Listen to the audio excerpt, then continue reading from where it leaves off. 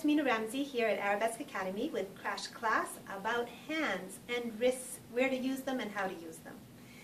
So, in Arabic dancing, or if you go into any nightclub, Greek, Turkish, Armenian, Arabic, etc., as soon as they play belly dance music or shaftateli in some cases, then immediately if you look out into the room, you'll see all these wrists up in the air doing this.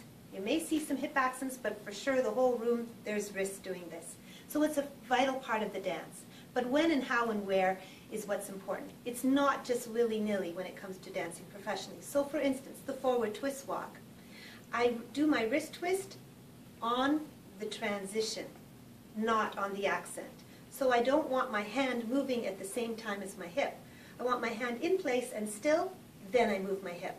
And I transition and do the wrist twist at the same time. If I'm traveling to the side, accent and accent. If I'm doing something very fast, then obviously I just keep the hand still because this would look ridiculous. So that's where the wrist twist happens. It always happens on the transition. It creates in that empty space a beautiful kind of distraction and an ornament in a way. Now, how to move the hands. Many people look at this movement and they think it's about the fingers moving. So you get this kind of thing. But really, it's the wrist and the fingers being very much relaxed. The only kind of tension you're ever going to have in your fingers is at that stretch point, when you're like this.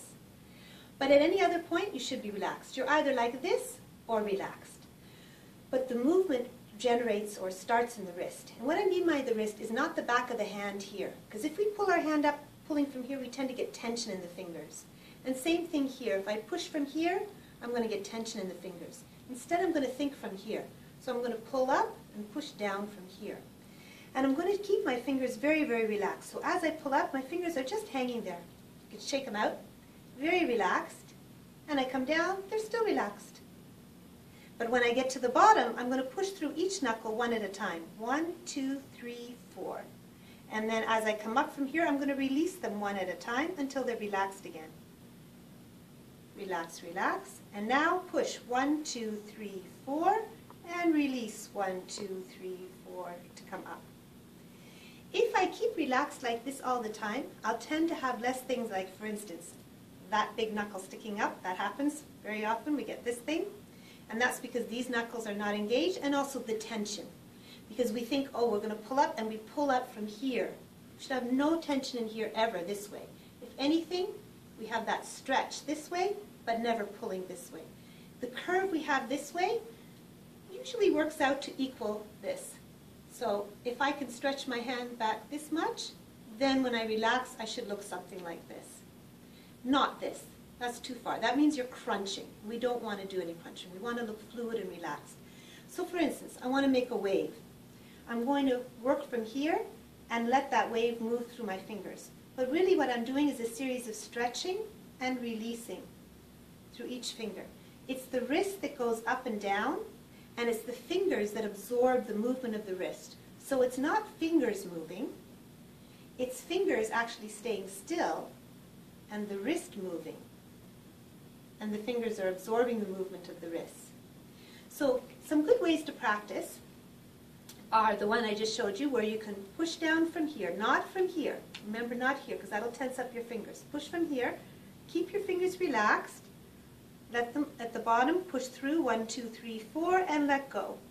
And now let them hang as you pull them. Don't drag them up with all that tension. Let them go, pull up from here, and just let them relax. And relax, relax, relax. Push 1, 2, 3, 4, release 1, 2, 3, 4, relax, relax, relax. Relax, relax, relax, relax, relax. So you can see 99.9% of the time, your fingers are relaxed. It's one split second where you go through one knuckle at a time, and that becomes a stretch. And it's a split second, and it's only one at a time. So most of the time you're relaxed. Now let's apply that to wrist circles. Wrist circles is the same wave coming from the wrist. You can go outwards or you can go inwards.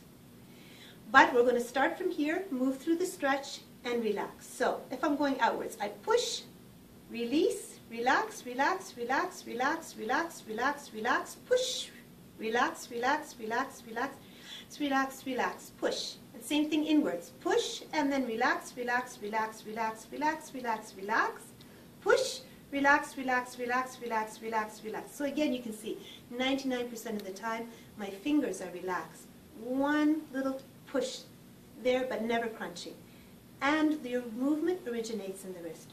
Wherever I take the arm, up, down, sideways, I want to be pulling and pushing from the wrist. This center or chakra, or whatever you call it, is very important to this dance. Just as this one is, for all the embellishments, it's this chakra. Not leading with the elbows. We don't want to open our arms with our elbows. We want to open our arms with the wrists. We want to close them with the wrists, not with the elbows, because then you get a whole lot of other issues that could be in another crash class. And that's enough for hands for now.